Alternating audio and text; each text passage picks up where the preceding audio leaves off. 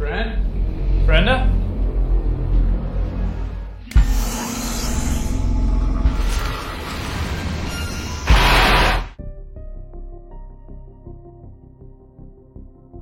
Cerita ini merupakan kelanjutan film kemarin. Jika kalian belum nonton part pertama, linknya sudah Mimin cantumkan di kolom komentar. Cerita berlanjut dengan Samantha yang kini telah berubah menjadi zombie.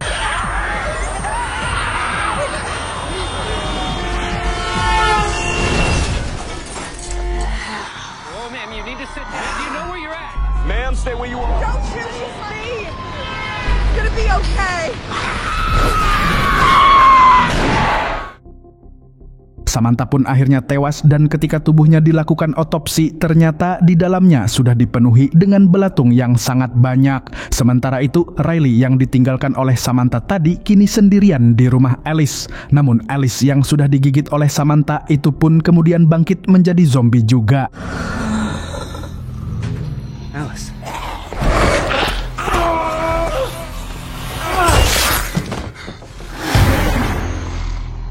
Please.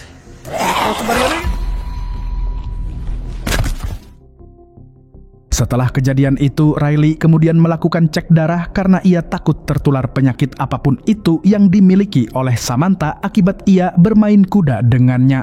Tapi petugas kesehatan mengatakan bahwa hasil tes labnya baru akan muncul beberapa hari lagi.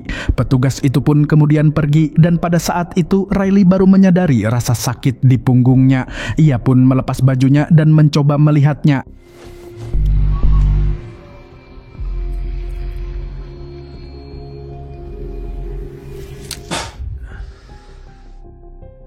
Ternyata itu adalah kuku Samantha yang tertancap ketika mereka bermain kuda.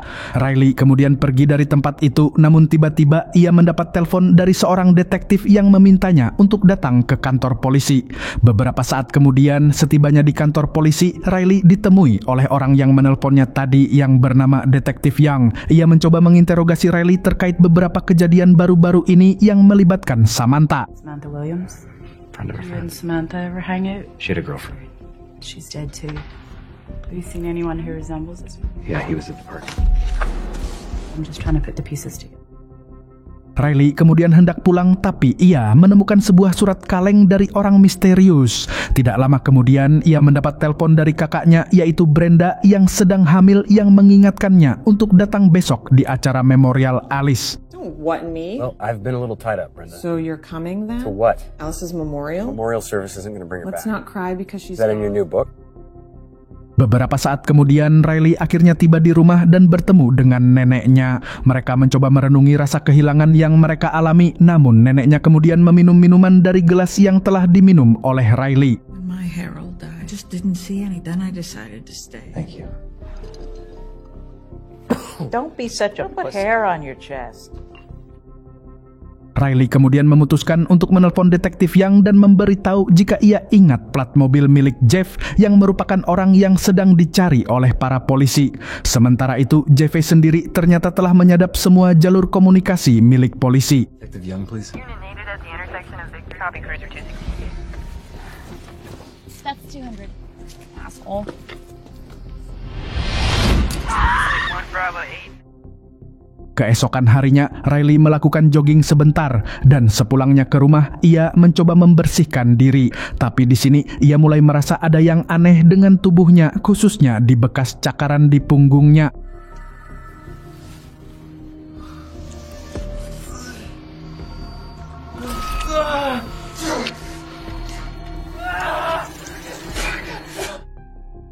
Beberapa saat kemudian, Riley sedang sarapan sambil melihat berita tentang buronan yang bernama Jeff yang sedang dicari polisi. Tidak lama kemudian muncul seorang calon perawat yang bernama Harper yang datang untuk melihat kondisi nenek Riley yang mengeluh demam. Namun mereka tidak tahu jika sakitnya itu disebabkan karena ia sudah tertular oleh Riley. Di saat bersamaan, petugas kesehatan yang mengecek darah Riley tadi kemudian memberi kabar. Talk to me. You're clean. Yeah, I mean, we'll have to check back and necrotic ST. Shit. Well, you didn't fuck her, did What? you? No. Riley pun terlihat syok mendengar kabar barusan. Harper yang melihatnya kemudian mencoba menanyakan apa yang terjadi, tapi neneknya kemudian langsung menyalanya dan mengatakan agar mereka pergi bersama ke acara memorial Alice. Why don't you two? It's not really a fun I thing. don't have any plans tonight. Yeah, sure. Pick me up on your way? Sementara itu, Jeff kini sedang merekam pesan kepada seluruh manusia bahwa ia akan memusnahkan mereka semua. You deserve as your brothers and sister everything that bodies stacked around. Quiet! Abaddon is coming. Beberapa saat kemudian, Riley yang telah tiba di kantornya dan muncullah seorang kliennya yang kecanduan, namun kali ini sepertinya ia telah terinfeksi. It's under your skin. Don't do that. Ricky! Oh, hell no.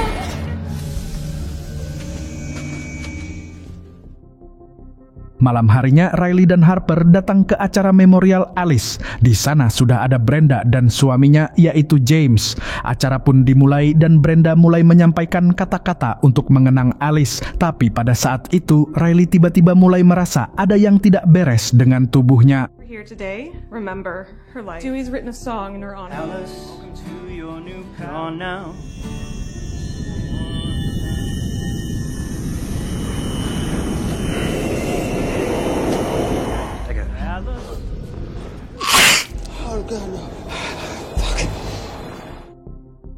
Sementara Riley di kamar mandi, Brenda kemudian tidak sadar jika ia sedang memakan hidangan yang sudah terkena darah Riley tadi. Sementara itu di kantor polisi, detektif yang sedang mencoba mencari keberadaan plat nomor milik Jeffrey yang telah diberitahu oleh Riley tadi. Setelah menemukannya, ia pun segera bergegas menuju tempat yang dimaksud.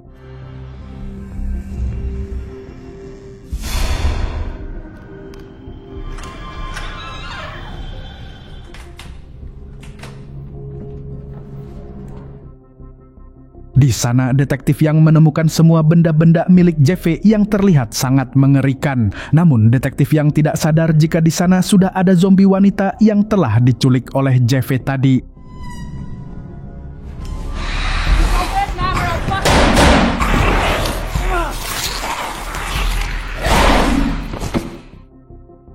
Di saat bersamaan, Riley dan Harper telah pulang dari acara memorial Alice dan kini sedang mampir di sebuah bar. Harper ini sebenarnya sangat menyukai Riley sehingga ia di sini memutuskan untuk menunjukkan hal itu kepada Riley.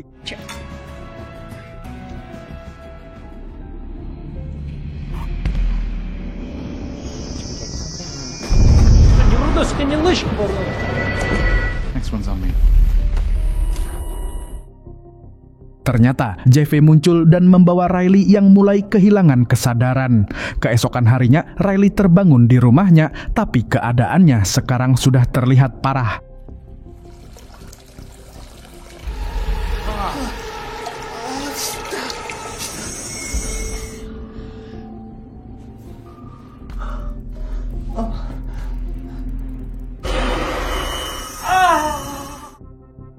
Beberapa saat kemudian terlihat berita yang meminta para warga yang mengalami gejala flu atau mata merah untuk segera datang ke rumah sakit untuk dikarantina. Riley kemudian pamitan kepada neneknya untuk pergi ke rumah Brenda, namun ia tidak sadar jika neneknya kemudian berubah menjadi zombie. Riley mencoba menghubungi Brenda ataupun James, tapi teleponnya tidak diangkat sehingga ia khawatir dan segera bergegas ke sana. I need to talk to you for a second. My day off. Do you have any? Oh, we need to get you out. I understand. Look at my Everyone who was in There's quarantine. this guy named We BJ. need to take you to lock your door. Sementara itu, detektif yang kemudian ditemui oleh salah satu orang dari Homeland Security. Ia mengatakan jika Jaffe sebenarnya adalah narapidana yang kabur dari penjara mereka. Jaffe dianggap sangat berbahaya karena di tubuhnya terdapat sebuah virus yang sangat menular. Namun, Jaffe sendiri kebal dengan virus itu. It's just a nut job and setting a tape. That level went from elevated. He was a run-of-the-mill sociopath. In what? Just viral pathogen. You're saying he's Saying spreading? he is the disease. Di saat yang sama, Riley yang hendak mencari Harper tapi keadaan tubuhnya mulai bertambah parah. Giginya mulai terlepas dan bawah kulitnya terlihat ada sesuatu seperti ulat yang mulai bergerak. Riley pun turun di sebuah toko bangunan dan membeli beberapa peralatan yang hendak ia gunakan untuk mengeluarkan ulat-ulat itu dari tubuhnya.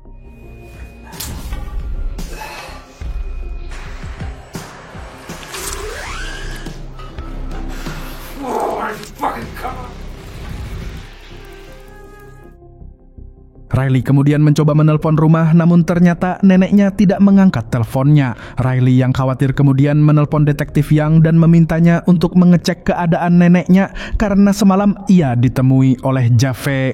Beberapa saat kemudian Riley sudah tiba di tempat kuliah Harper dan ternyata Harper sepertinya juga telah terinfeksi setelah ia mencium Riley tadi malam. Riley pun mencoba mengajak Harper untuk membantunya mencari Jave, tapi Harper terlihat kebingungan dengan apa yang sebenarnya terjadi. You have to come with me right now. No, not when you're... You know this guy? She's not going with you. It's alright. Stop! Oh, come on, let's go. Riley kemudian menjelaskan semua yang terjadi kepada Harper. Mereka bisa saja pergi ke rumah sakit, namun mereka mendengar kabar jika semua orang yang dikarantina tidak ada yang keluar satupun sampai sekarang. Sehingga mereka kemudian berniat mencari Jave dan berharap jika Jave memiliki vaksinnya. Di saat bersamaan, detektif Young kini mencoba mengecek keadaan nenek Riley. Is everything okay? Miss McCormick? Miss McCormick? Mr. McCormick? What the fuck? Oh, fuck!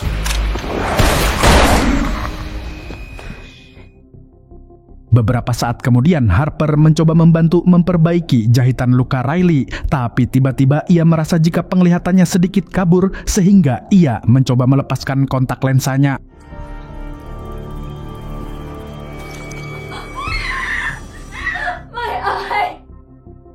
Mereka pun kemudian melanjutkan perjalanan mencari Jave.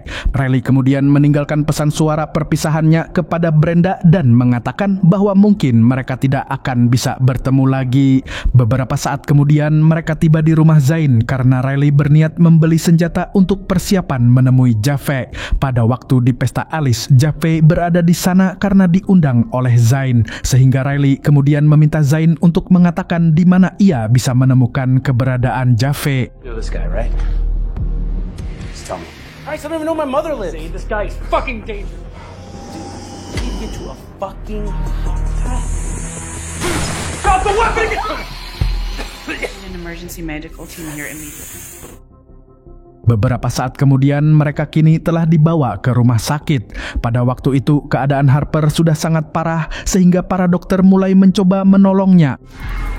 Loser. Everything's gonna be fine. Hang in there. She's gone. We'll take it from here. Dan sayangnya Harper akhirnya tidak bisa diselamatkan. Namun mereka tidak tahu jika beberapa saat kemudian Harper mulai bergerak lagi karena sudah berubah menjadi zombie. Sementara itu, detektif yang sedang melihat keadaan Riley yang sedang dirawat dan mengatakan tentang Harper yang tidak selamat. Detektif yang mengatakan bahwa sudah ada puluhan orang yang mulai terinfeksi dan meminta Riley membantunya mengatakan semua yang ia tahu tentang Jave. Tapi sebelum sempat mendengarnya, tiba-tiba muncul beberapa petugas lain yang harus pergi dari sini karena ada beberapa kasus lain yang serupa. Namun pada saat itu terlihat jika detektif yang sepertinya juga mulai tertular. Di saat bersamaan muncul Jave yang menyamar menjadi dokter dan menemui Riley. Shh. You look amazing. bastard? Don't fucking move.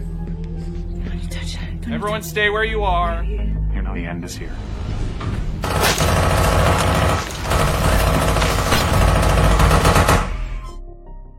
Dan kini hanya tinggal Jave dan detektif yang saja yang tersisa. Tapi pada momen kritis itu tiba-tiba muncul Riley dari belakang.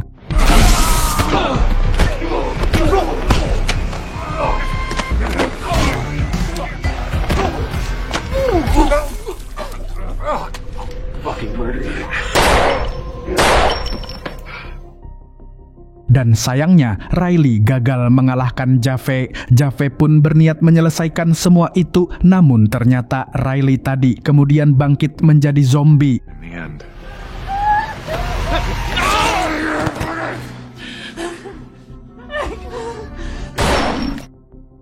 Di saat bersamaan, James yang baru pulang ke rumah kemudian mencoba mencari Brenda. Brenda?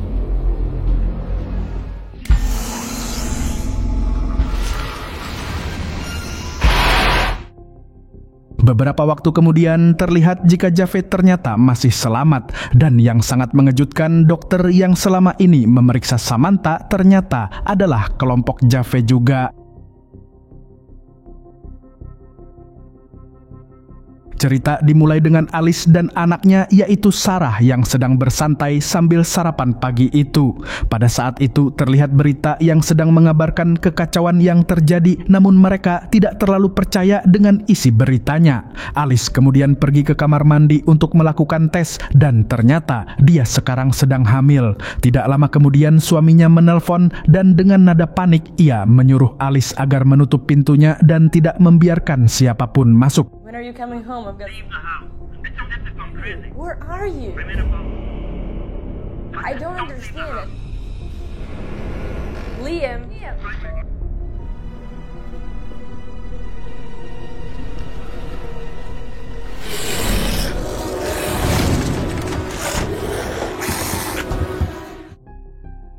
Alice terlihat begitu sedih karena Sarah kini telah tiada. Ia kemudian mencoba memutar radio di sana dan ia mendengar berita yang mengatakan jika seluruh kota kini telah diserang zombie.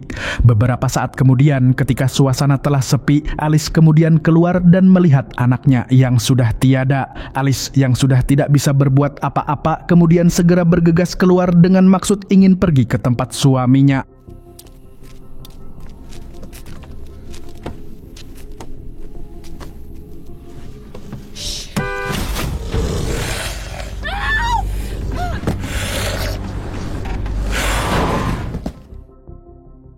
Dan untung saja muncul seorang pria yang bernama Steven yang menyelamatkan Alice dari serangan zombie barusan. Alice kemudian mengatakan jika ia harus pergi ke kota untuk menemui suaminya, tapi Steven mengatakan jika seluruh kota kini telah hancur. 4 bulan kemudian ada seorang pemimpin tempat penampungan para survivor yang bernama Rooker yang mengundang makan seorang bocil. Ia kemudian bermain bersamanya, namun ternyata Rooker memiliki niatan lain.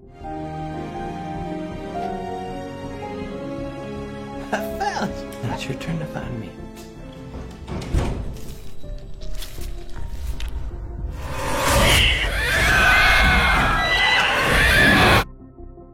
Ternyata ia sengaja mengorbankan bocil itu kepada seekor zombie yang ternyata adalah istrinya.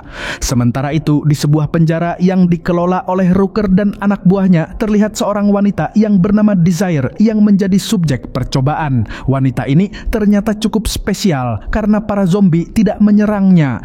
Dan karena hal itulah Rooker berniat untuk mencoba menggunakan darahnya untuk menyembuhkan istrinya.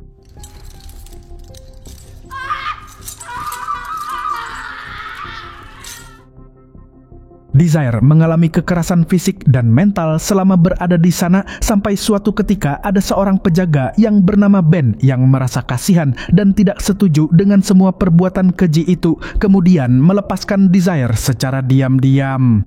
Keep trying to block the tournament, but you are the prison. But will they won't be able to help us be?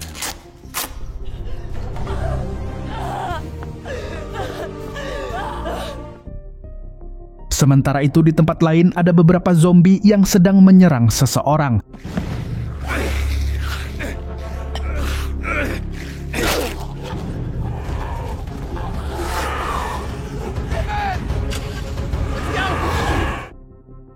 Pria itu bernama Peter dan saudaranya yang tergigit zombie barusan yang bernama Ali. Mereka berdua selama ini telah bepergian bersama Alice dan Steven. Tapi karena Ali barusan telah tergigit zombie, Steven kemudian meminta Peter untuk segera menghabisinya sebelum ia berubah. I'm sorry.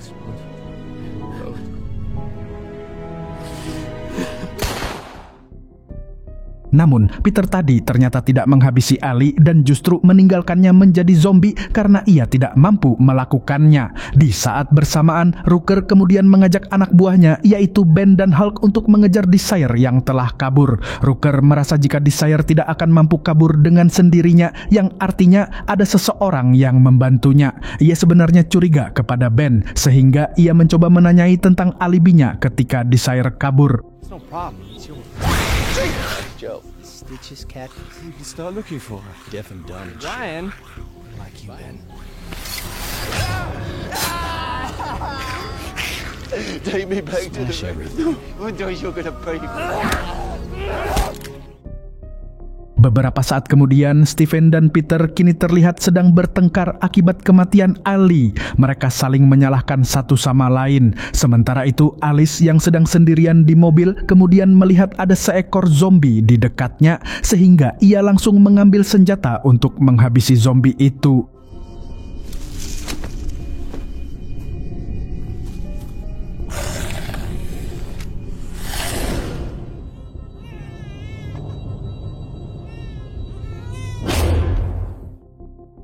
Dan ternyata semua itu hanyalah mimpi buruknya saja. Mereka kini memang sedang kehabisan bahan bakar dan sedang mencari bahan bakar dari mobil-mobil yang ditinggalkan. Steven mengatakan untung saja mereka terdampar di sini karena tidak jauh dari tempat ini terdapat gerombolan zombie.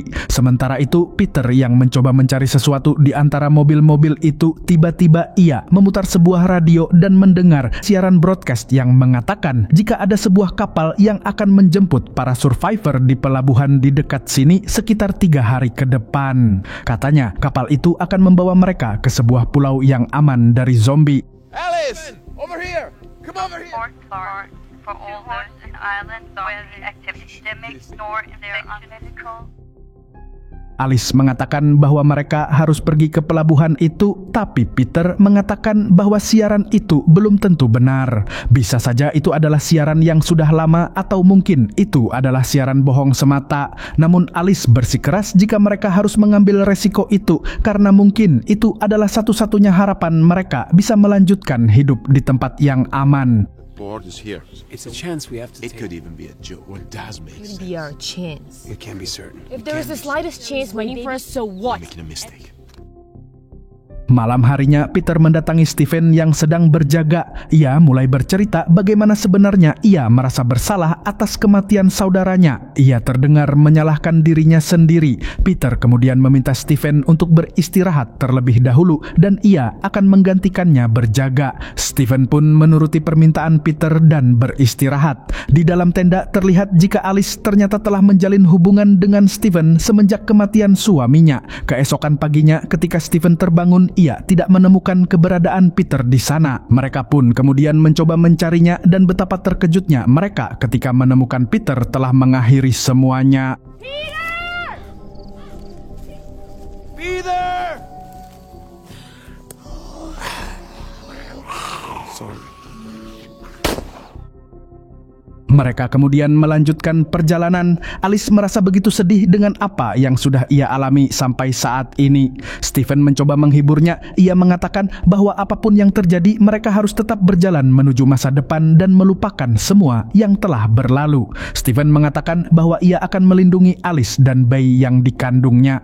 Sementara itu, Rooker yang masih mencari keberadaan Desire kini telah berada di sebuah pabrik sepatu yang sudah ditinggalkan.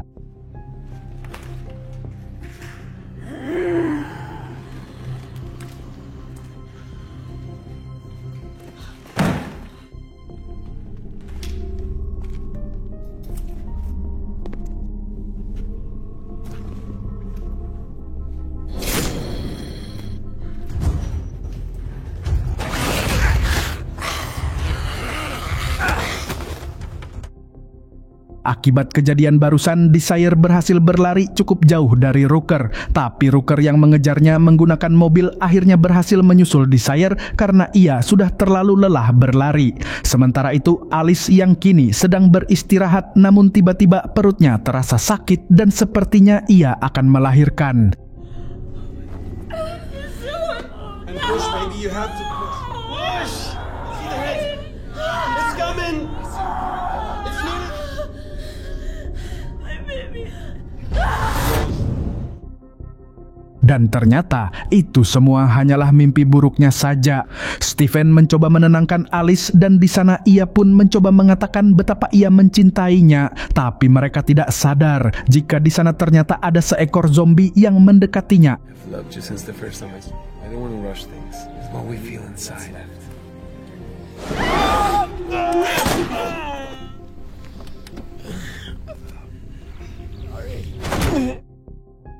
Dan ternyata Alice tidak menghabisi Stephen. Ia justru memotong tangan Stephen yang tergigit zombie barusan dengan harapan jika hal itu bisa menghentikan penyebaran infeksinya. Alice kemudian membawa Stephen pergi dari tempat itu sampai ia kemudian tiba di sebuah rumah sakit yang sudah ditinggalkan.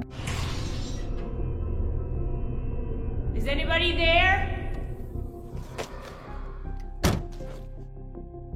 Alice kemudian mulai merawat luka Stephen dengan peralatan seadanya. Ia kemudian mencoba menelusuri rumah sakit itu untuk mencoba mencari obat yang bisa membantu Stephen.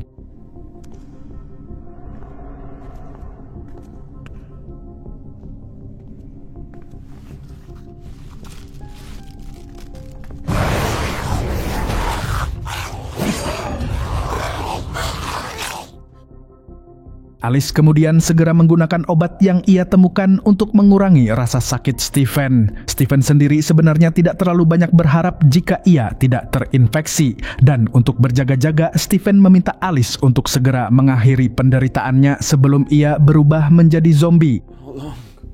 You're still alive. Let me become I will one. let it happen. I have to let go. You'll be fine. We need to stick together. Alice kemudian mencoba menggunakan radio untuk meminta bantuan jika memang benar ada pertolongan bagi para survivor. Ia juga mengumpulkan bahan bakar dari mobil-mobil yang ia temukan sebagai persiapan jika Stephen sudah bisa melakukan perjalanan kembali. Sementara itu, Rooker kini sedang membawa Desire kembali menuju penampungan. Namun di tengah perjalanan, Desire yang sudah cukup beristirahat kemudian mencoba melarikan diri kembali.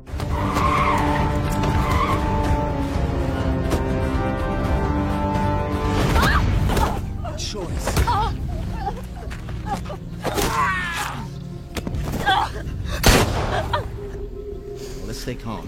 Mind your own business and go back where you fucking... I'm gonna count to 3. They're not gonna stop. Don't do it.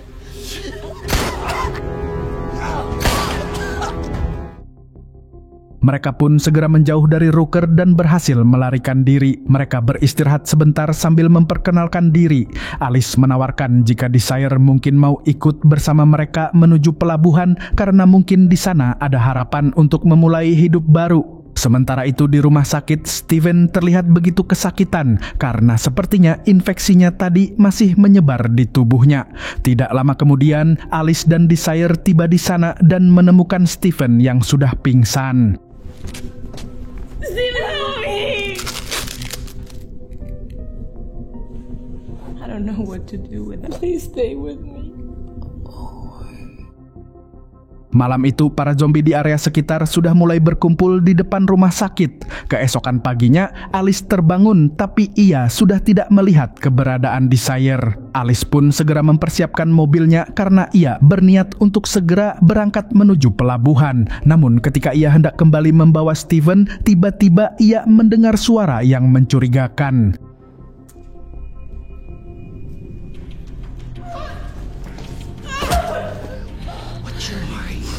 I'd like to know the name of... There's the girl. Leave you. Over here. Ternyata itu adalah Rooker dan Hulk yang berhasil menemukan keberadaan mereka. Ia mencoba bertanya di mana keberadaan Desire, tapi Alice tentu tidak tahu karena Desire sudah pergi dari sini. Dan karena tidak percaya dengan omongan Alice, Rooker mencoba mengancam menggunakan Stephen. Where is she? I don't know where she is. Pada saat itu, Desire ternyata sedang berada di luar rumah sakit dan ia pun kemudian langsung membukakan pintu pagar agar para zombie itu masuk dan menyerang Rooker.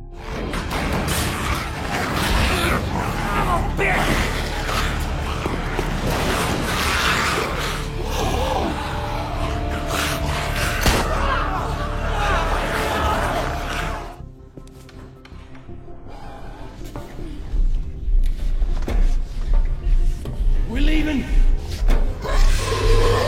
Move.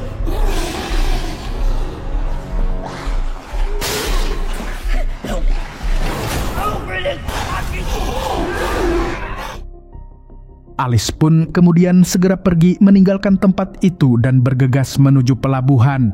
Beberapa saat kemudian ia pun akhirnya telah tiba. Namun ternyata di sana tidak ada satupun kapal yang datang seperti yang dijanjikan di siaran tadi. Dan ternyata semua itu hanyalah jebakan yang dilakukan oleh anak buah Rooker yang selama ini menjebak para survivor yang terpancing siaran broadcast palsu itu. Cerita dimulai dengan Jong-gu, seorang polisi yang sedang makan dengan keluarganya.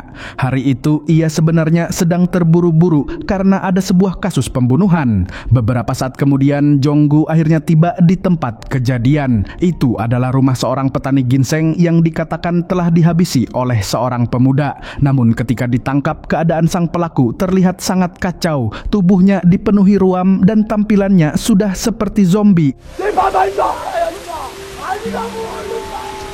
그런 것 같은데 여기서 죽인 것 같진 않고 그냥 살벌하게. Para polisi menduga jika sang pelaku mungkin seorang pecandu. Mereka kemudian mencoba melihat tempat tinggalnya dan di sana mereka mulai menyimpulkan jika ini adalah tempat kejadian sang pelaku menghabisi keluarga petani tadi. Dan ketika mereka masih melakukan hal itu, Jong-gu melihat ada sebuah tanaman di sana seperti bunga layu atau sebuah jamur.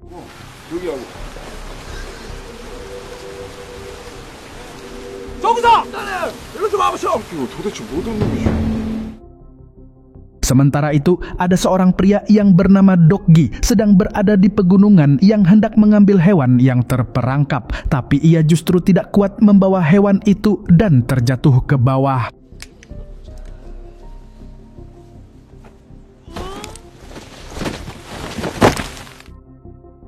Ketika tersadar, Dok-gi merasa ada sebuah suara tidak jauh dari tempatnya dan ketika ia mencoba melihatnya, ternyata itu adalah seorang pria yang sedang memakan hewan buruannya tadi.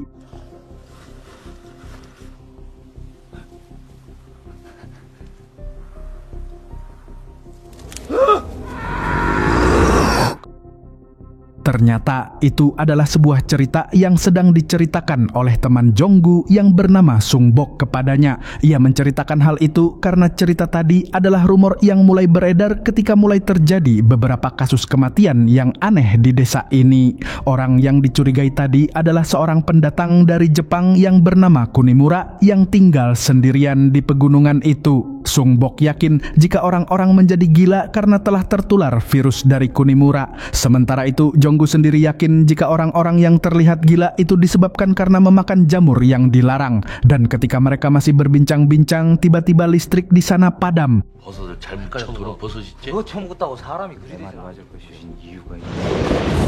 참말로. 뭐야?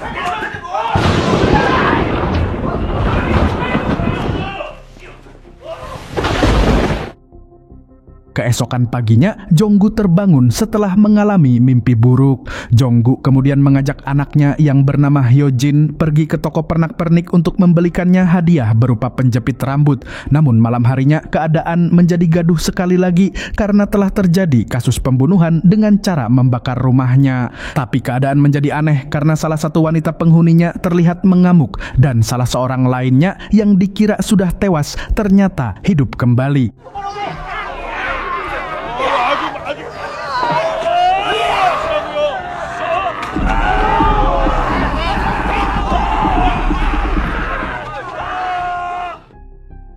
Tidak jauh dari sana, Jong-gu melihat ada Kunimura yang melihat semua kejadian itu dari kejauhan. Beberapa saat kemudian mereka telah kembali ke kantor polisi dan pada saat itu Jong-gu baru teringat jika wanita yang mengamuk tadi adalah wanita yang sama yang datang ketika listriknya padam kemarin malam.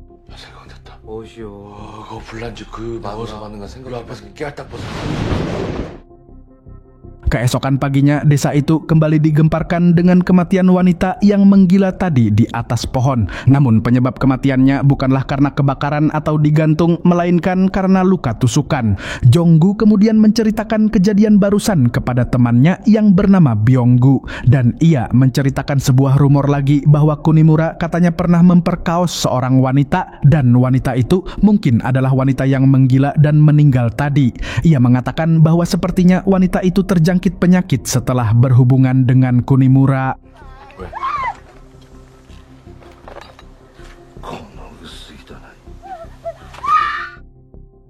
Beberapa saat kemudian, Jong-gu dan Sung-bok sedang menjaga tempat kejadian kematian barusan. Jong-gu kemudian meminta Sung-bok untuk mencari seorang ahli kesehatan untuk melakukan otopsi terhadap para korban karena ia yakin jika mereka mungkin menjadi gila setelah mengkonsumsi jamur terlarang. Dan ketika Jong-gu sedang sendirian, tiba-tiba muncul seorang wanita yang bernama Mumyong yang melempari batu ke arahnya. 참 진짜. 집이 어디예요? 이거 오지 마라. 아줌이가 다 죽여. 뭔 소리야? 일로 와. 들어가면 안 되는데? Ternyata Mumyong mengatakan bahwa ia melihat semua kejadian pembunuhan itu. Katanya wanita gila tadi ingin memanggil dukun untuk mengusir arwah, tapi sang ibu menolaknya sehingga terjadilah kekacauan dan menyebabkan kejadian itu. Ia mengatakan bahwa iblis itu adalah Kunimura dan jika sampai ada yang melihatnya beberapa kali maka ia akan menjadi targetnya. Jong-gu kemudian menelpon Sung-bok untuk segera ke sini karena ia telah menemukan saksi pembunuhan.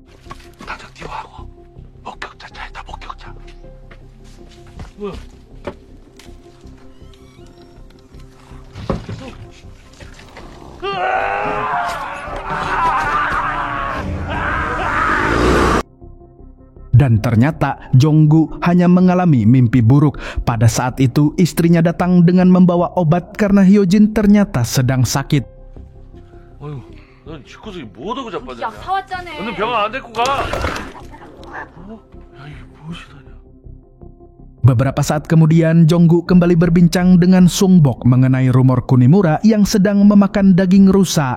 Ia kemudian memintanya mengantarnya ke tempat Dokgi yang merupakan orang yang mengalami kejadian itu. Ia pun menceritakan dengan detail tentang semua yang dilihatnya waktu itu dan yakin jika Kunimura bukanlah manusia. Jong-gu tentu tidak langsung menerima cerita itu apa adanya, sehingga ia pun kemudian meminta Dokgi untuk mengantarkan mereka ke tempat tinggal Kunimura. 얼마나 더 가야 돼요? 저거 가보자. 저거 봐봐. 저 고라니 아니야? 그치? 날라가면 무엇이 돼요? 안 줄게! 괜찮아요? 제발!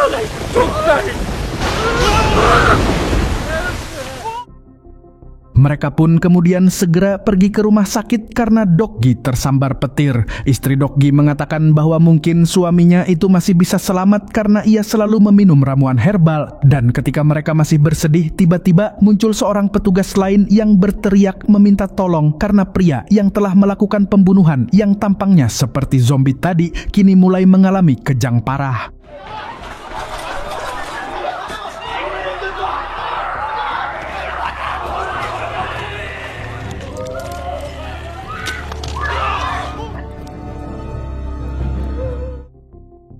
Jong-gu kemudian segera pulang ke rumah, namun ketika ia sedang memikirkan tentang semua kejadian itu, tiba-tiba Hyojin yang sakit tadi mulai berteriak.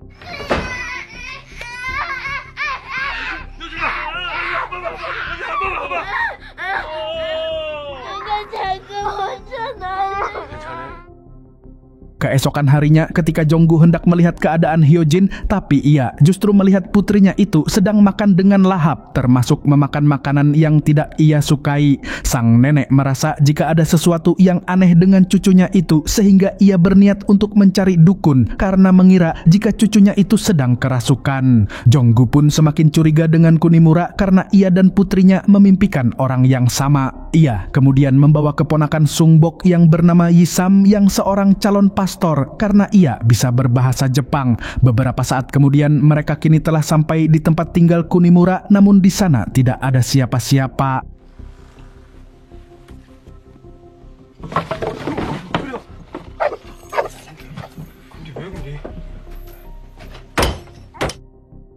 Jong-gu kemudian menemukan sebuah ruangan yang sepertinya digunakan untuk melakukan semacam ritual. Sementara Sung-bok melihat ada koleksi foto di dinding rahasia yang memperlihatkan seluruh korban yang terjadi di desa ini. Tapi penelusuran itu tiba-tiba terganggu ketika Yisam meminta tolong karena ia diserang anjing penjaga.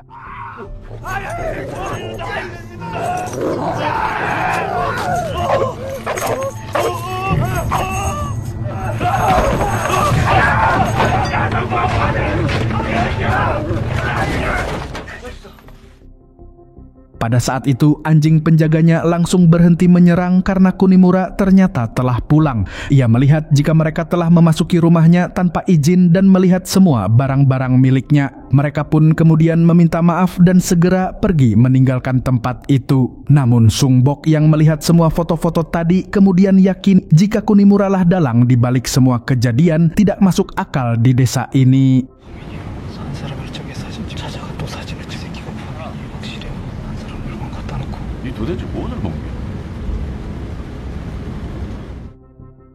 Jonggu pun segera pulang untuk menanyakan apakah Hyojin telah kehilangan sepatunya, tapi sikap putrinya itu terlihat sangat dingin. Ia justru berani membentak ayahnya dan langsung pergi meninggalkannya. Merasa ada yang aneh, Jonggu kemudian mencoba melihat barang-barang putrinya untuk mencari informasi apapun itu.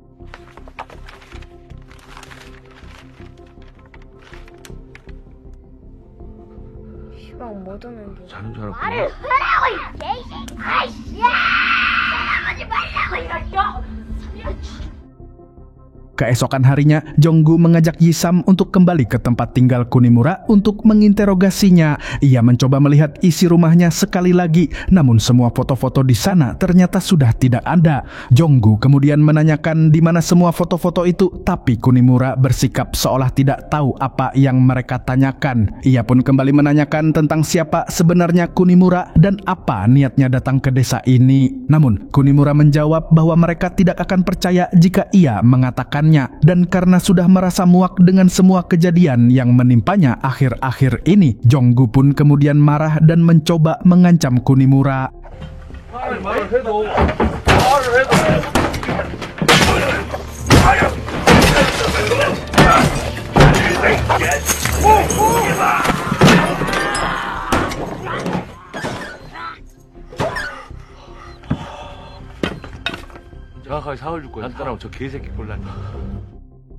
Sementara itu, istri Jonggu kini sedang membawa Hyojin menemui dokter untuk memeriksa keadaannya karena di sebagian tubuhnya kini muncul ruam. Tapi ternyata dokter itu tidak tahu dengan penyakit yang menimpa Hyojin sama dengan penyakit yang diderita oleh orang-orang yang menggila itu.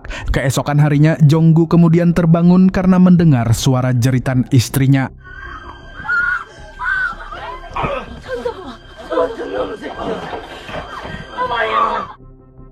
Mereka kemudian memanggil ahli akupuntur untuk mengobati Jonggu yang tidak bisa bergerak. Ia mengatakan bahwa Jonggu terlalu banyak mabuk sehingga berakibat seperti itu. Dan karena mereka fokus dengan Jonggu, ternyata mereka meninggalkan Hyojin di rumah dan meminta tolong tetangganya untuk menjaganya.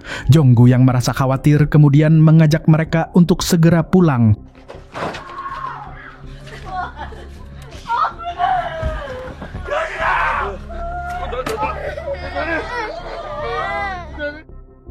Dan untungnya orang itu masih selamat dan segera dibawa ke rumah sakit. Beberapa saat kemudian tibalah seorang dukun yang diminta tolong oleh neneknya yang bernama Il Kwang. Ketika melihat Hyojin, ia langsung mengatakan jika anak Jonggu itu telah kerasukan setan. Il Kwang kemudian mencoba mengecek seluruh area rumahnya untuk mencari sumbernya. Dan ketika ia merasa ada sesuatu yang aneh dengan salah satu tempat penyimpanan bahan makanan, Il Kwang kemudian langsung memecahkannya. Dan ternyata di dalamnya ada bangkai seekor burung gagak. Il Kwang kemudian langsung mencoba mengusir roh jahat yang merasuki tubuh Hyojin dengan melakukan tarian jaipong.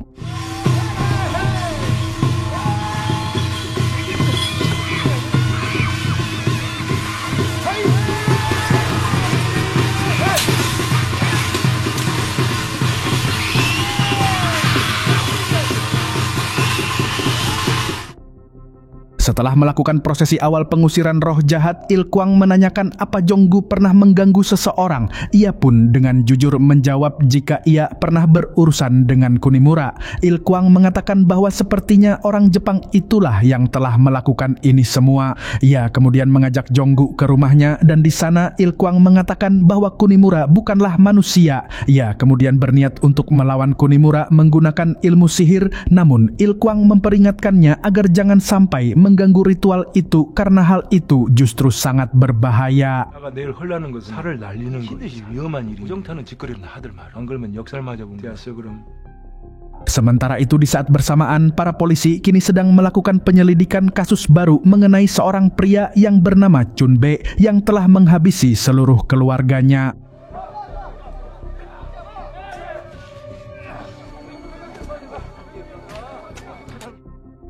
Para polisi tidak bisa menemukan keberadaan Chun Bae yang diyakini sebagai pelaku.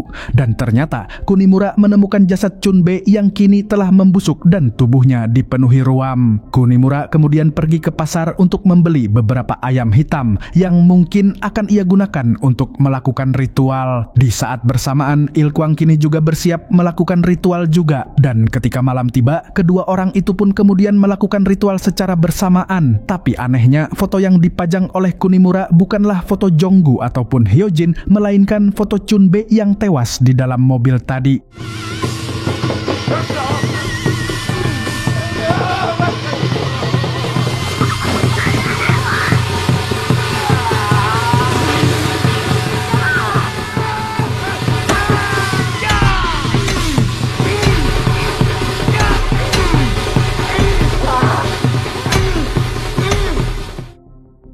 Il Kwang sepertinya hampir berhasil mengalahkan Kunimura, namun Jonggu yang kasihan mendengar jeritan Hyojin kemudian memutuskan untuk menghentikan ritual itu.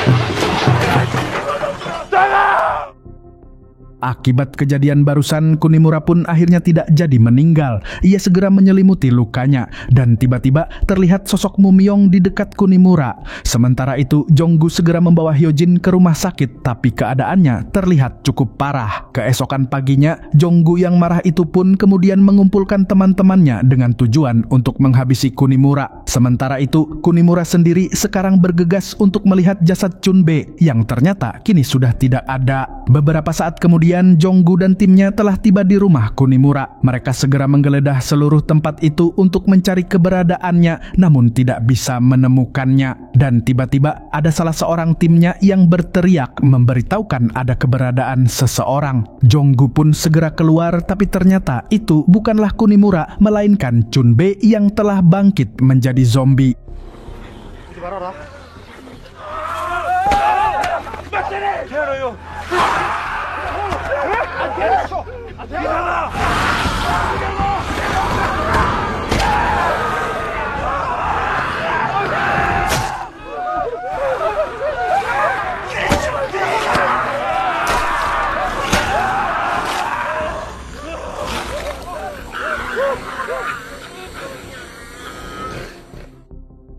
Dan entah kenapa zombie Chun Bae tadi tiba-tiba tewas dengan sendirinya, sama seperti yang terjadi kepada salah satu orang di rumah sakit. Tidak jauh dari situ terlihat Kunimura yang melihat kejadian barusan, dan ketika mereka melihatnya, mereka pun langsung mengejar Kunimura.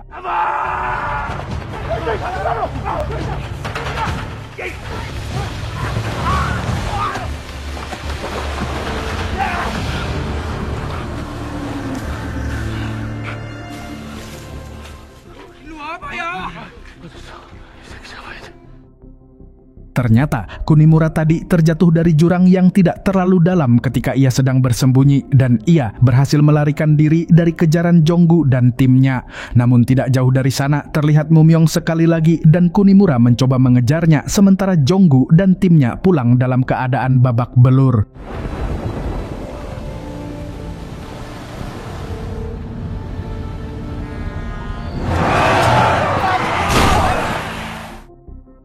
Mereka hampir saja mengalami kecelakaan, tapi sepertinya mereka telah menabrak seseorang. Mereka kemudian turun untuk memastikannya, dan ternyata orang yang ditabraknya adalah Kunimura.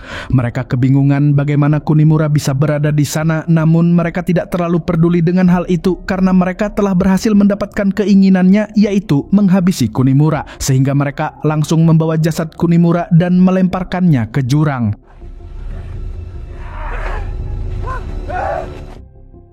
Mereka tidak sadar bahwa di atas bukit itu ada Mumyong yang sepertinya telah mendorong Kunimura jatuh dari atas. Di saat bersamaan, Il Kwang terlihat senang setelah merasakan kejadian barusan. Jonggu kemudian segera ke rumah sakit untuk melihat keadaan Hyojin, dan ternyata putrinya itu kini terlihat telah membaik.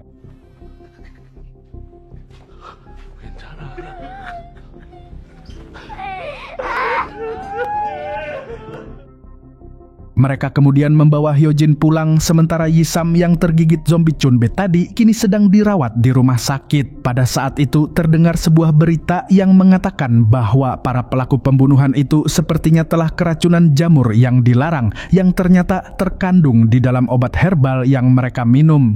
Jamur itu mengandung halusinogen yang bisa membuat orang yang mengkonsumsinya mengalami halusinasi. Tapi keadaan sepertinya masih belum membaik karena tidak lama kemudian Yi-sam mendapat kabar bahwa pamannya yaitu Sung-bok telah menghabisi istrinya sendiri. Para polisi mengatakan bahwa Sung-bok sepertinya juga telah mengkonsumsi obat herbal yang mengandung jamur itu.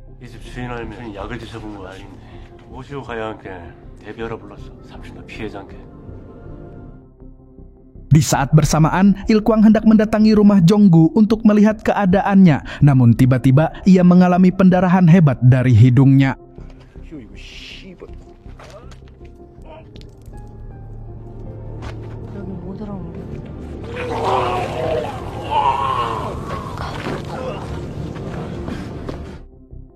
Il-kwang yang ketakutan itu pun segera pulang dan mengemasi seluruh barangnya dan berniat pergi dari tempat itu.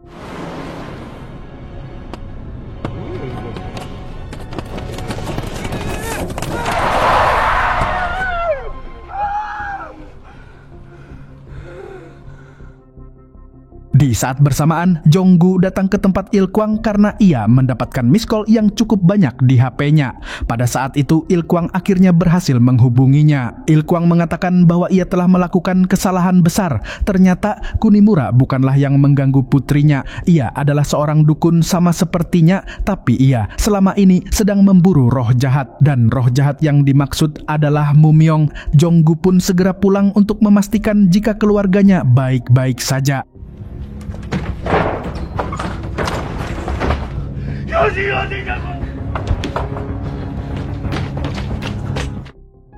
Di saat bersamaan, Yi-sam justru yakin jika pamannya itu telah kerasukan setan dan yang menyebabkannya adalah Kunimura. Ia pun berniat kembali ke tempat kediaman Kunimura dan di sana ia kemudian menemukan sebuah ruangan rahasia yang tersembunyi.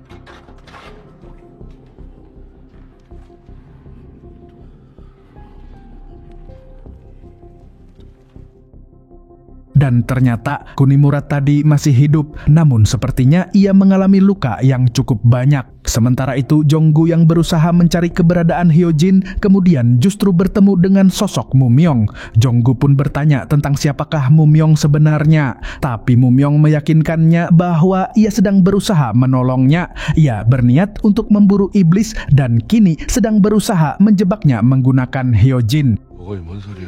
네 들어오겠지. 죽었어? 놈은 죽는 놈이야. 좀 있으면 찾았음께 녀석 기다려. 그냥 믿어. 너 뭐냐고! 나를 살리려고. Di saat bersamaan, terlihat Hyojin yang sudah pulang ke rumahnya. Ia terlihat sangat berbeda dan mulai memakan makanan yang sangat banyak. Mumyong meminta Jong-gu untuk mempercayainya dan memintanya agar tidak pulang terlebih dahulu. Ia meminta Jong-gu untuk menunggu sampai terdengar suara ayam berkokok 3 kali. Dan pada saat itu, maka ia akan berhasil menjebak iblisnya. Namun, jika Jong-gu pulang sebelum itu, maka seluruh keluarganya akan tewas. Pada saat itu, Il-kwang kemudian menelponnya dan mengatakan agar tidak mempercayai semua perkataan Mumyong karena semua itu hanyalah tipu muslihatnya dan memintanya untuk segera pulang menyelamatkan keluarganya. 어딘가 집에 갔는가? 그 여자랑 같이 있어. 그년이 뭔 말을 하든 자네 딸한테 가야 돼. 알겠냐고. 그놈 말 믿지 말어. 그놈도 한패야. Di saat bersamaan, Yi-sam mencoba menginterogasi Kunimura karena ia sangat yakin jika Kunimura lah iblis yang sebenarnya. Tapi Kunimura mengatakan jika iblis adalah makhluk gaib yang tidak memiliki bentuk fisik. Ia menunjukkan jika tubuhnya memiliki bentuk fisik bisa terluka dan mengeluarkan darah.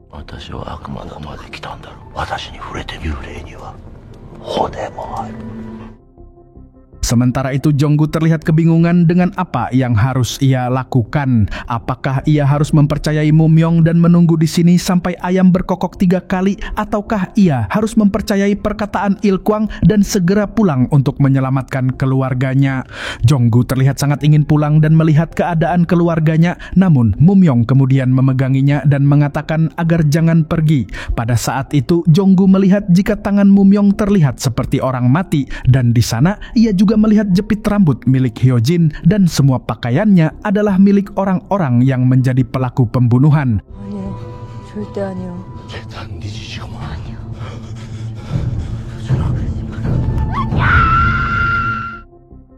Jong-gu akhirnya tiba di rumahnya, tapi keadaan sangat sepi sehingga ia mulai mencoba mengeceknya.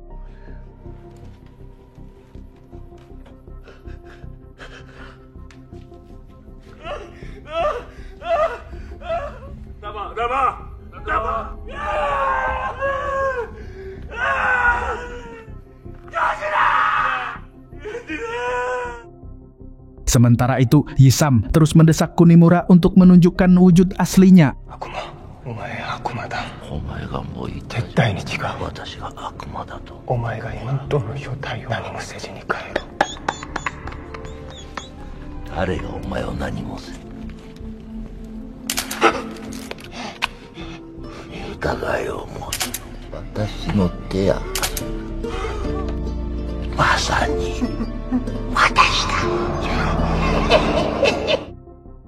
Dan ternyata Kunimura memang iblis yang sebenarnya. Sosok Mum-yong adalah kumpulan dari arwah orang-orang yang telah menjadi korbannya yang berniat untuk membalas Kunimura, namun sayangnya usahanya tidak berhasil. Sosok Hyojin yang telah kerasukan itu pun akhirnya menghabisi Jong-gu dan seluruh keluarganya.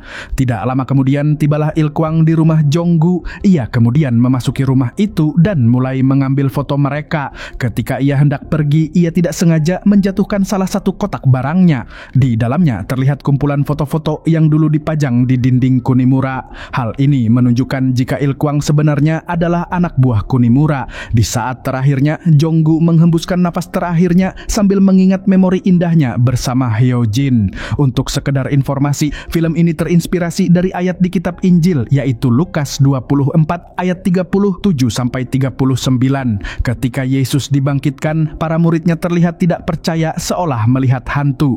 Yesus kemudian mengatakan, "Mengapa kalian takut dan mengapa ada keraguan dalam pikiran kalian? Lihatlah tangan dan kakiku, ini aku. Sentuhlah aku, hantu tidak berdaging ataupun bertulang, dan seperti yang kalian lihat, aku punya." Semua ayat itu persis dengan yang dikatakan oleh iblis, yaitu Kunimura di dalam film ini.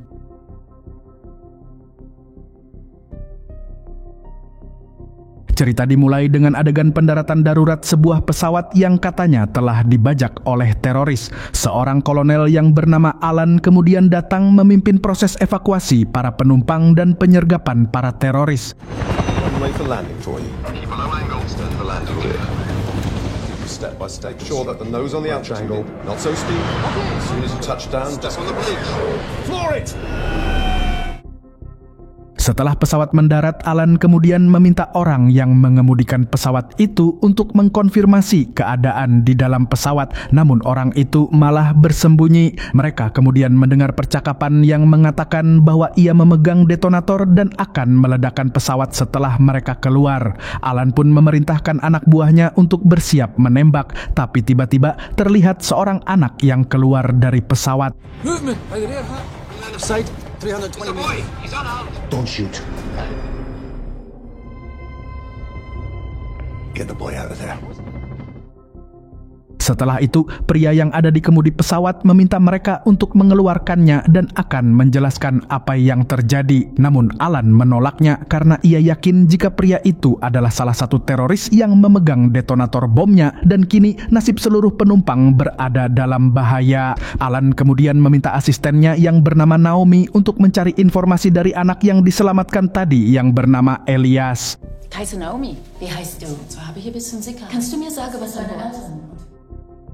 Beberapa jam sebelumnya terlihat Elias yang berangkat sendirian ke bandara di Jerman. Sementara itu ibunya yang bernama Nadia masih di rumah dan berkemas. Nadia ini memiliki penyakit langka di dalam darahnya yang membuat kulitnya sangat sensitif terhadap sinar matahari, dan mereka berniat pergi ke New York untuk menemui seorang dokter yang katanya bisa menyembuhkan penyakit Nadia.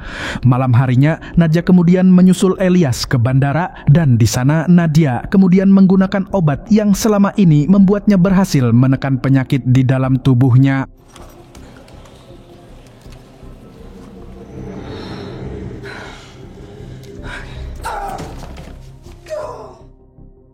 Sementara itu Elias terlihat sedang mengobrol dengan seorang penumpang lainnya yang bernama Farid yang juga hendak menuju New York. Beberapa saat kemudian Nadia telah kembali dan segera membawa Elias menuju pesawat karena sebentar lagi pesawat itu akan lepas landas.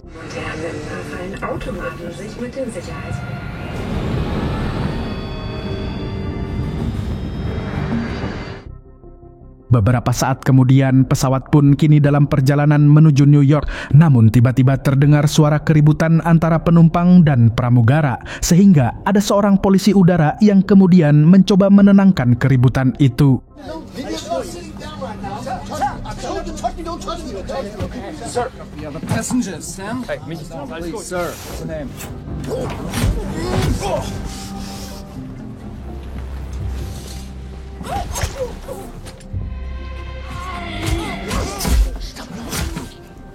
What is wrong with this guy? Tapi semua keributan itu ternyata hanyalah untuk memancing para polisi udara untuk bertindak, karena mereka semua sebenarnya adalah penjahat yang ingin membajak pesawat itu. Kelompok itu terdiri dari Burke, 8-Ball, Carl, Curtis, dan Yuri. Mereka mulai meminta para penumpang agar tidak bergerak, dan yang lebih mengejutkan lagi, ternyata co-pilot yang bernama Bastian juga merupakan kelompok mereka yang kini telah berhasil menghabisi pilotnya. Burke kemudian mengatakan jika mereka akan membajak pesawat ini untuk mendapat uang tebusan. Mereka meminta para penumpang untuk menaruh kedua tangan mereka di depan kursi dan menghadap ke bawah. Namun baju 8-Ball yang berlumuran darah, dan hal itu membuat Nadia terpaku kepadanya. Keep your heads down. Mama. It's enough. Cut it out. Leave it. Mereka kemudian meriset black box di pesawat itu untuk menghilangkan jejak, dan mereka mulai merubah arah pesawat itu. Elias yang cukup cerdas itu kemudian mengatakan kepada ibunya jika mereka bisa bersembunyi di ruangan kargo, tapi Nadia mengatakan jika itu terlalu berbahaya.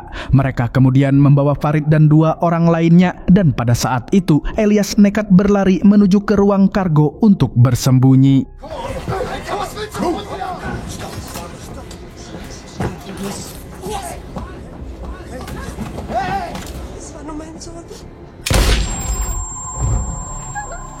Psycho. Listen to stay here. Dan akhirnya Nadia pun tewas tertembak akibat ulah Elias. Burke kemudian mengambil senjata 8-Ball dan memberikannya kepada Carl untuk memastikan ia tidak berbuat seperti itu lagi. Namun pada saat itu ternyata Nadia masih hidup. Ia kemudian melarikan diri ke dalam ruang kargo untuk bersembunyi. Sementara itu ketiga orang yang dibawa tadi yang ternyata berasal dari Arab atau pernah sekolah di Arab kemudian disuruh untuk membaca sebuah pernyataan bahwa mereka adalah teroris yang telah membajak pesawat ini. Give it to him. افرح يا المسلمين. افرحوا يا مسلمين بالسلاح وبالعنف. ركب مكتوب هنا. Sementara itu, Curtis dan Yuri juga menuju ruang kargo untuk mempersiapkan alat peledak dan alat terjun untuk melarikan diri. Nadia mencoba bersembunyi dari mereka, tapi penyakitnya itu semakin menjadi-jadi ketika ia mencium bau darah. Ia pun kemudian mengambil seekor anjing dan langsung memakannya.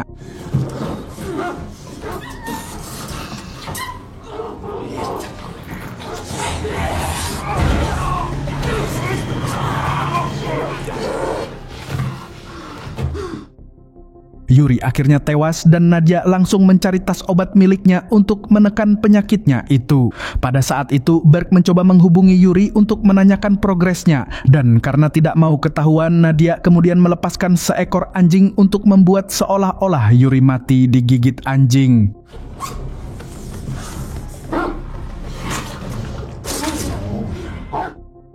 Nadia kemudian kembali ke atas sementara 8 Ball mencoba menakuti para penumpang agar tidak mengikuti mereka karena jika sampai ada yang melakukannya maka akan ada bom yang meledak. Namun sebenarnya itu hanyalah gertakan semata karena mereka hanya menggunakan botol hairspray untuk menakuti para penumpang. Mereka kemudian menuju ke ruang kargo untuk mencari keberadaan Yuri. Yuri, where the fuck are you? Whoa, what the hell? Nadia kemudian kembali untuk menjemput Elias dan langsung bergegas menuju ke ruang pilot untuk meminta pilot berputar arah. Tapi ternyata di sana sudah tidak ada siapa-siapa dan pesawat itu terbang menggunakan mode otomatis menuju London. Nadia kemudian bertanya kepada para penumpang apakah ada yang bisa mengendalikan pesawat dan muncul seorang pria yang bernama Mohammed yang mengatakan ia bisa melakukannya. Pada saat itu Farid pun menyadari jika para penjahat itu tidak berniat untuk meminta uang tebusan, melainkan membuat pesawat ini seolah dibajak oleh teroris Arab dan menabrakkan diri ke London. Hal itu dilakukan untuk mereplika kejadian serangan teroris di Amerika pada tahun 2001 dan tujuan mereka melakukan hal itu adalah agar stock market merosot sehingga orang yang menyewa jasa para penjahat itu akan memperoleh keuntungan yang sangat besar. They made us read the statement. The airplane and the British would shoot us down. Influence the stock market. Prices will tank. Maybe we're gonna die, and that we have to do something now. Mohammed kemudian mulai mencoba mengendalikan pesawat itu, sementara Elias kemudian melihat mata Nadia menjadi merah dan ia tahu hal itu disebabkan karena ibunya telah meminum darah. Semua itu disebabkan beberapa tahun sebelumnya ketika Elias masih kecil. Pada waktu malam hari, Nadia dan suaminya hendak pulang, namun di perjalanan tiba-tiba mobilnya mogok. Suaminya kemudian mencoba berjalan untuk mencari pertolongan, tapi karena lama tidak kembali, Nadia kemudian membawa Elias untuk mencari suaminya. Mereka tiba di sebuah rumah tua dan Nadia pun mencoba memasukinya.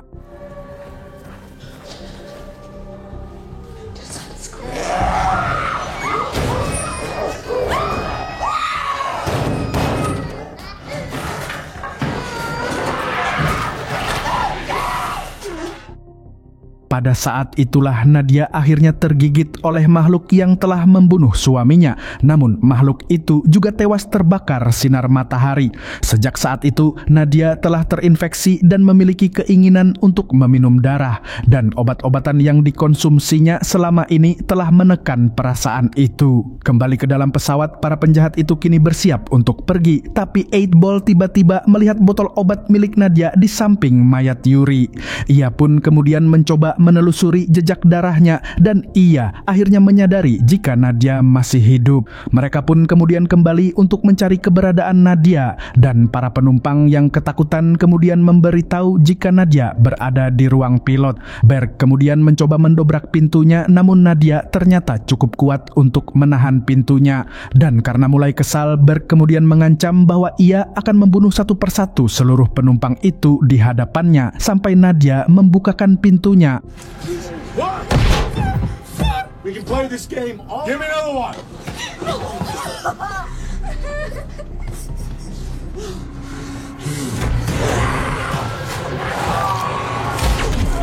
What's wrong with you?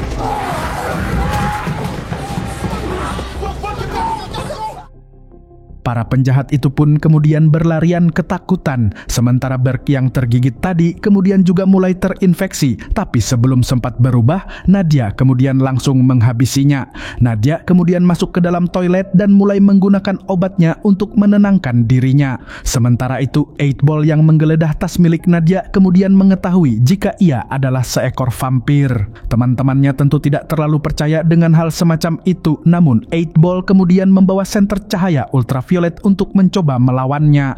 Mereka kemudian hendak kembali ke atas dan melihat hal itu, Elias kemudian keluar untuk mencoba membawa ibunya kembali masuk ke dalam kokpit pesawat. Tapi sayangnya hal itu sudah terlambat karena mereka sudah sampai di tempat itu.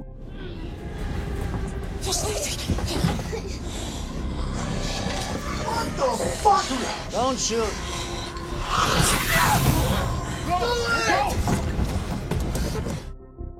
Nadia pun akhirnya berhasil dikalahkan karena ia masih terpengaruh oleh obatnya yang membuatnya lemah. 8-Ball kemudian mengambil darah Nadia karena sepertinya ia ingin memiliki kekuatan yang sama. Dan ketika 8-Ball hendak menghabisi Nadia, tiba-tiba muncul Elias yang menodongkan senjata.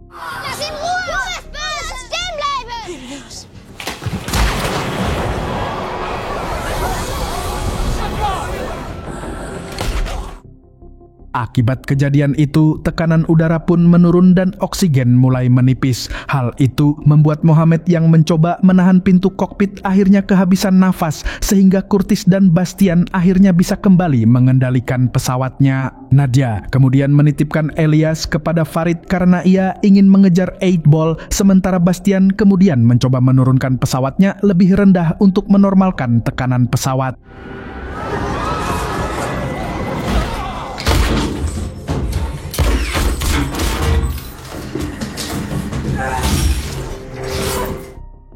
Nadia sangat kesulitan menyerang 8-Ball karena ia bersembunyi di dalam mobil anti peluru. 8-Ball kemudian segera menggunakan darah Nadia untuk merubah dirinya juga.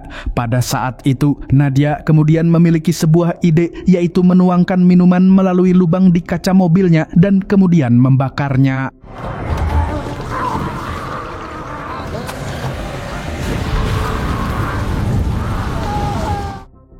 Bastian yang melihat ada kebakaran di ruang kargo kemudian segera memadamkannya dan mereka segera mengeceknya.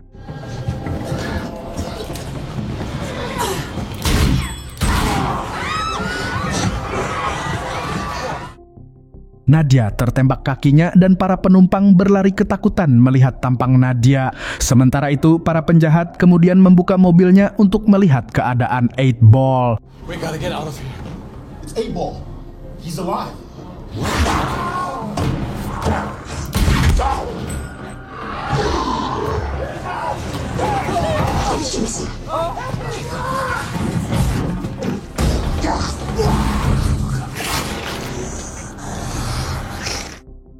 Sementara itu, para penumpang yang ketakutan kemudian mulai mencari senjata untuk melawan Nadia. Elias mencoba mengatakan bahwa ibunya tidak berbahaya, namun mereka tentu saja tidak percaya. Farid dan beberapa orang kemudian mencoba memberanikan diri menuju ke arah Nadia. Wir wollen Ihnen nichts tun, du sagst was.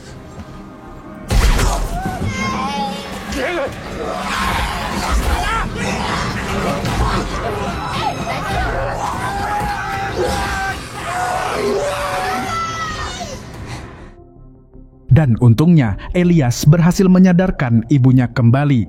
Pada saat itu, Nadia merasakan keberadaan 8-Ball dan Curtis yang juga telah berubah, sehingga ia berniat mengurung mereka di ruang kargo agar tidak bisa keluar.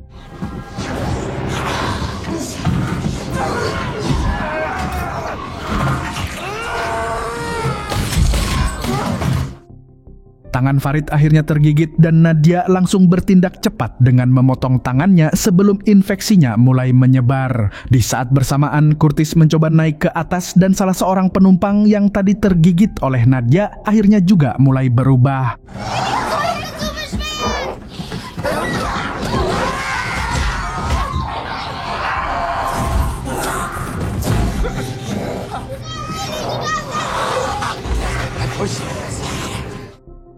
Mereka kemudian mencari dokter untuk mengobati penumpang yang terluka tadi, sementara Nadia dan Farid kemudian membawa Bastian untuk mengendalikan pesawatnya. Nadia ingin agar pesawatnya kembali menuju New York, tapi bahan bakarnya kini tinggal sedikit sehingga mereka harus tetap menuju London. Sementara itu, sang dokter yang mencoba menolong penumpang tadi, namun sayangnya cederanya terlalu parah dan tidak ada yang bisa ia lakukan untuk menolongnya di pesawat ini. Dan karena ia tidak ingin mati, ia pun kemudian nekat untuk membuka pintunya dan berniat untuk berubah juga.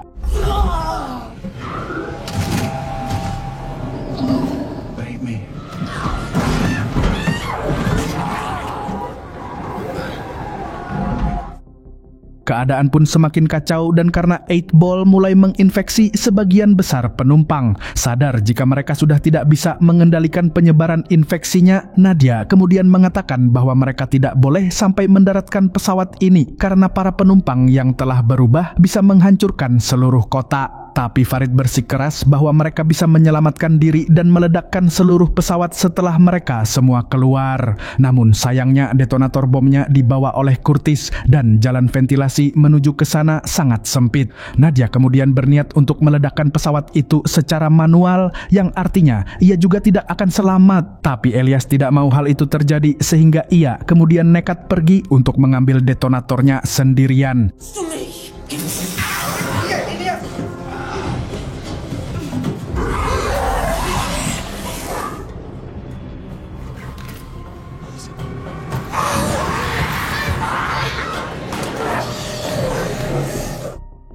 Dan sayangnya Elias akhirnya terjebak dan tidak bisa keluar. Nadia kemudian bertanya kepada Bastian apakah akan susah mendaratkan pesawat ini bagi orang awam, dan Bastian mengatakan bahwa ia telah mengatur penerbangan otomatis. Mendengar itu, Nadia kemudian meminta tolong kepada Farid untuk merawat Elias, dan ia langsung menghabisi Bastian agar tidak mengacaukan rute penerbangannya lagi.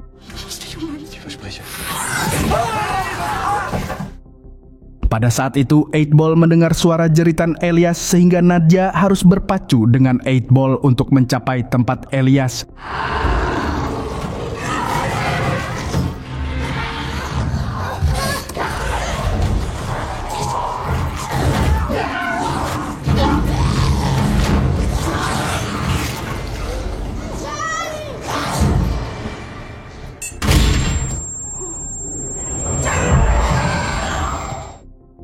Dan mereka akhirnya berhasil mengalahkan 8 Ball. Pada saat itu, Farid dihubungi oleh menara bandara di London, namun ia kemudian melihat jika 8 Ball ternyata masih hidup dan berusaha menangkap Elias.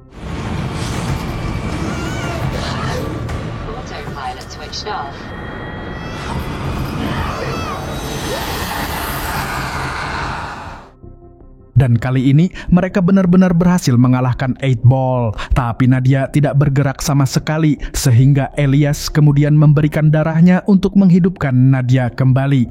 Pada saat itu seluruh penumpang di pesawat telah berubah sehingga Nadia meminta anaknya tetap berada di area sinar matahari agar ia tidak diserang. Scene kemudian kembali ke masa sekarang. Elias berusaha mengatakan kepada para polisi jika di dalam pesawat itu terdapat banyak vampir dan memintanya untuk segera menyelamatkan Farid. Namun mereka tentu tidak percaya cerita itu dan mengira jika Farid adalah teroris dan sedang menyandra seluruh penumpang.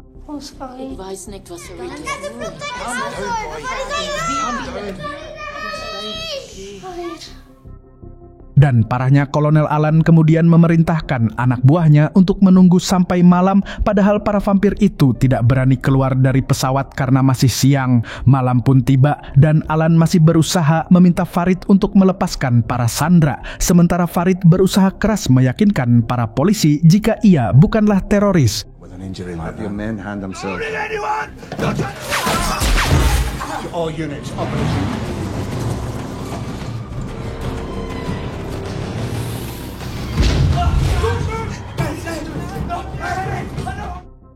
Farid pun akhirnya berhasil ditangkap sebelum ia berhasil meledakkan pesawatnya. Di saat bersamaan, Elias kini hendak dibawa ke rumah sakit. Ia berusaha meminta semua orang untuk menyelamatkan Farid, tapi mereka tentu tidak menghiraukannya, sehingga Elias nekat melarikan diri.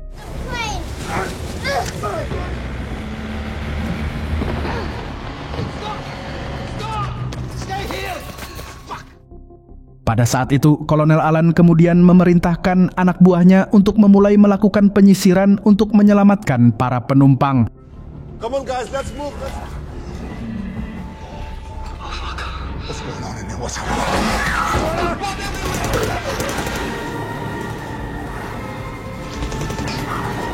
Jesus Christ, what was that? Sementara itu, Elias berlari menuju pesawat untuk mencari Farid, padahal Farid saat itu telah dibawa oleh polisi. Pada saat itu, Elias kemudian melihat Nadia yang sedang menggigit seorang polisi, dan Nadia sekarang sudah berubah menjadi seekor vampir seutuhnya, sehingga ia sudah tidak mengenali siapapun termasuk Elias. Mama!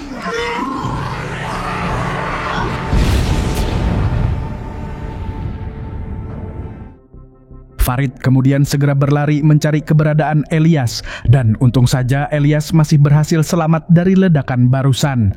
Dan melihat kejadian itu, Kolonel Alan pun baru percaya dengan apa yang terjadi sehingga ia pun memerintahkan anak buahnya untuk melepaskan borgol Farid dan mereka berdua telah berhasil menghentikan sesuatu yang bisa menghancurkan seluruh dunia.